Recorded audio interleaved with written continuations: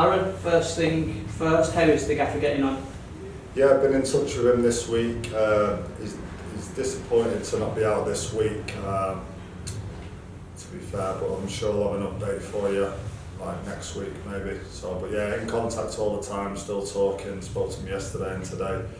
But yeah, disappointed not to be out this week, but sure I'll have an update this time next week maybe. How have the lads been in training today? I'm sure everyone's mood's buoyant. Yeah, obviously you don't do a lot on a Thursday, especially the lads who played because it's second day recovery still, but yeah, we managed to get some information in, some teamwork done, so it was a good day, and yeah, everyone's in a great mood. In terms of recovery and getting the lads kind of rested and ready again, what is that process? What kind of things do they do? Yeah, there's a lot.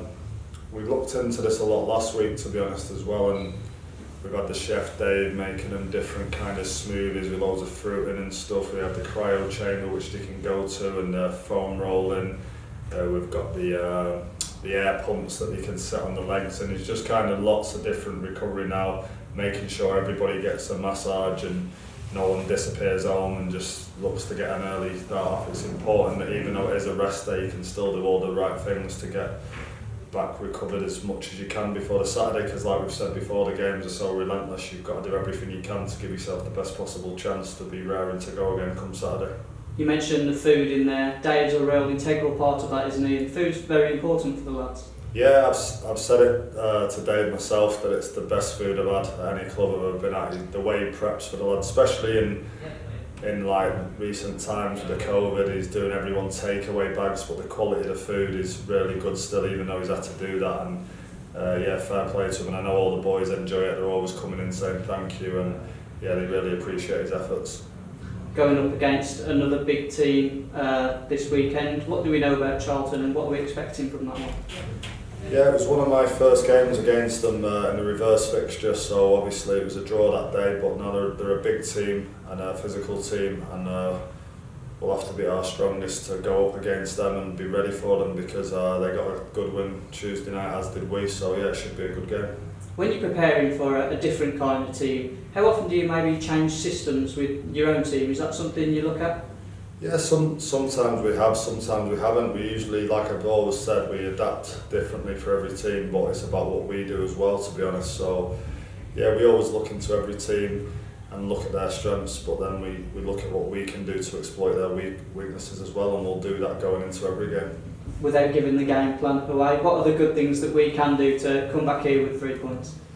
I think if we show the kind of teamwork and the team effort that we showed on Tuesday night, and everyone's on the front foot and backing each other up, I think that's when we're at our best. And when we do that, we grind teams down and get results, and we've done that throughout since the manager took over. So I think that's when we're at our best. But as we showed on Tuesday night with a 18-19 pass move for the first goal, we can play, and I think that's getting that belief across to the players that they're good players and to settle on the ball. And when we did settle down into the game, we passed it a lot better.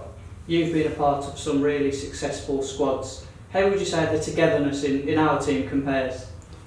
Yeah, I think when I've talked about the successful squads that I've been in, it's always been because we've had such a good togetherness. If you look at all my successful times, it's been the group of players that we had, not necessarily that we were the favourites with the bookies at the start of the season to go and get promoted or anything like that, but it was always a great group, good personalities, a mixture of banter and seriousness when it's time to train and play, and I think we've definitely got that here at Shrewsbury. So I think the signs are good for us to go in the right direction, and at the moment that's what we're trying to do, and there's some great lads, great players and a great spirit amongst them.